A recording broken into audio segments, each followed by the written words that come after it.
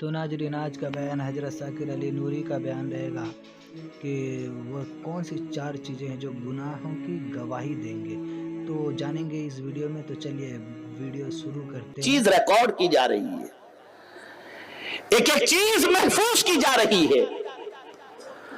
تو پہلی چیز ہمارے اعمال کے سلسلے میں وٹنس کے طور پر، گواہ کے طور پر اللہ کی بارگاہ کے اندر جو چیز پیش کی جائے گی وہ ہمارا اعمال نامہ ہوگا۔